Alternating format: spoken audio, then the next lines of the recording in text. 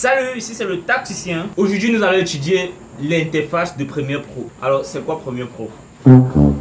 C'est tout simplement un logiciel de montage vidéo innovant qui nous propose une très grande variété d'éléments de montage adaptés au système Windows et Mac. C'est quoi l'interface Premiere Pro? À quoi est-ce que ça ressemble? Alors tout de suite on se retrouve dans l'interface Premiere Pro. Alors entrons tout de suite dans le logiciel. Bon, moi j'ai plusieurs versions de Premiere Pro. J'ai 2020, j'ai 2021, j'ai 2022. Je vais ouvrir, c'est la version la plus récente que j'ai. Alors le temps d'ouverture va dépendre de chaque machine. Alors les amis, lorsque vous arrivez dans Premiere Pro pour la toute première fois, le logiciel se présente comme suit. Alors nous avons accueil, c'est toute cette interface d'accueil. Ah ouais. Ici nous avons nouveau projet et ouvrir un projet. À ce niveau, le logiciel nous demande si nous avons déjà eu à travailler dans Premiere Pro et nous avons eu à enregistrer un projet. Et nous voulons l'ouvrir. C'est pas notre cas. Si nous sommes en train d'entrer dans Premiere Pro la toute première fois. Ici, Premiere Pro nous demande si on veut créer un nouveau projet. C'est ce qui nous concerne. Ou créer nouveau. Donc, qu'en soit ici ou ici, vous cliquez, c'est la même chose. Voilà.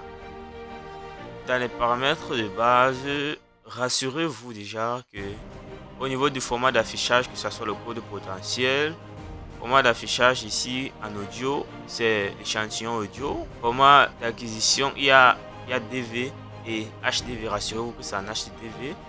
Il n'y a pas grand chose ici. Ça, c'est le titre du projet. Alors, nous allons aller sur les bases de Premiere Pro. Une fois que nous avons fini de régler les paramètres, on appuie sur OK pour valider. Alors, bienvenue dans l'interface Adobe Premiere, le logiciel ou l'un des meilleurs logiciels en affaires de montage vidéo, utilisé dans de très grandes bandes de production cinématographique, également dans les chaînes de télévision. Alors, Premiere Pro ici se présente avec 4 moniteurs et une barre de fenêtre. Voilà. Ici, nous avons le moniteur source. En dessous, nous avons le moniteur média. À droite, nous avons le moniteur programme. Et plus bas, nous avons la timeline.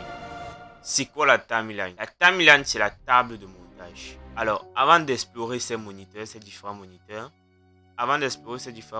permettez-moi de vous présenter certains essentiels au niveau des fenêtres prédéfinies par Premiere Pro. Première fenêtre, nous avons la fenêtre fichier. Nous avons la fenêtre fichier qui nous présente ici l'onglet nouveau qui nous demande si nous voulons créer un nouveau programme, si nous voulons ouvrir un projet pré-enregistré, qui nous demande si nous voulons fermer le programme ou fermer le projet, qui nous demande d'enregistrer ou enregistrer sous. En fait, la différence majeure qui est entre enregistrer et enregistrer sous. Enregistrer sous nous permet d'orienter un enregistrement, de faire un enregistrement qui n'a jamais été fait au préalable, n'est-ce pas?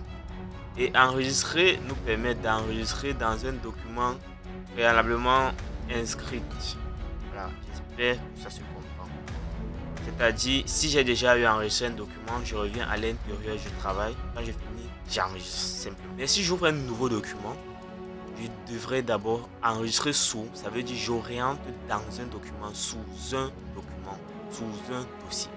Voilà, ici le document est à considérer dans un dossier, donc on peut tout simplement l'enregistrer, il n'y a pas de problème.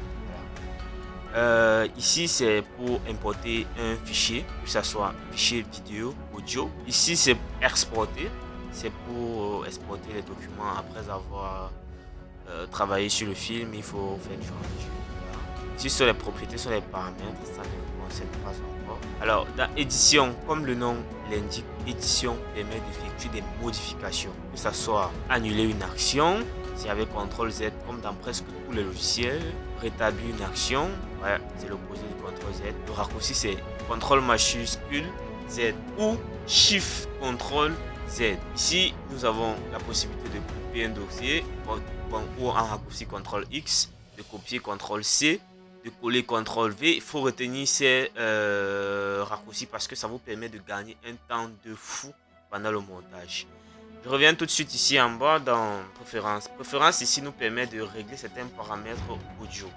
Tout simplement dans matériel audio, nous avons la possibilité de régler certains paramètres parce que il peut vous arriver de connecter votre machine à un casque. Par défaut, Premiere Pro va reconnaître le micro ou la sortie de votre PC. Mais maintenant, à partir d'ici, vous avez la possibilité de paramétrer, d'orienter ou de demander à Premiere Pro de considérer plutôt la sortie ou l'entrée du casque ou du micro que vous avez eu à ajouter à votre PC. Voilà.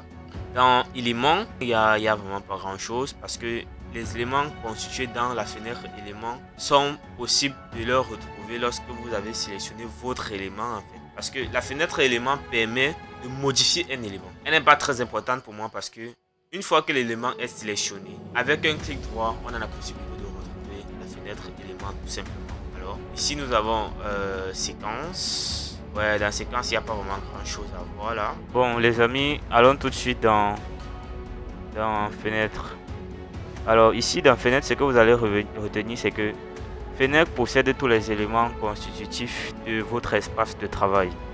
Alors si vous arrivez de travailler et vous rendre compte à un moment qu'il y a un élément qui a disparu sur l'espace de travail, il suffira tout simplement de revenir dans fenêtre pour pouvoir retrouver cet élément et de le cocher tout simplement. Alors comme vous le remarquez, pour faire disparaître l'élément, il suffira tout simplement de le décocher et ensuite l'élément va disparaître tout simplement. Alors à ce niveau, nous avons les outils. Bon, nous allons mieux parler des outils dans des prochaines vidéos. Nous avons des outils à ce niveau. Bon, ne tenez pas compte des éléments que vous pouvez remarquer là parce que bon, nous allons mieux travailler. La prochaine fois. Merci d'avoir regardé cette vidéo. N'hésite surtout pas, si elle t'a plu bien sûr, de liker, de commenter ou encore de partager. Et si tu as les éléments sur lesquels tu aimerais que je fasse une vidéo, n'hésite surtout pas de les mettre en commentaire. Ciao!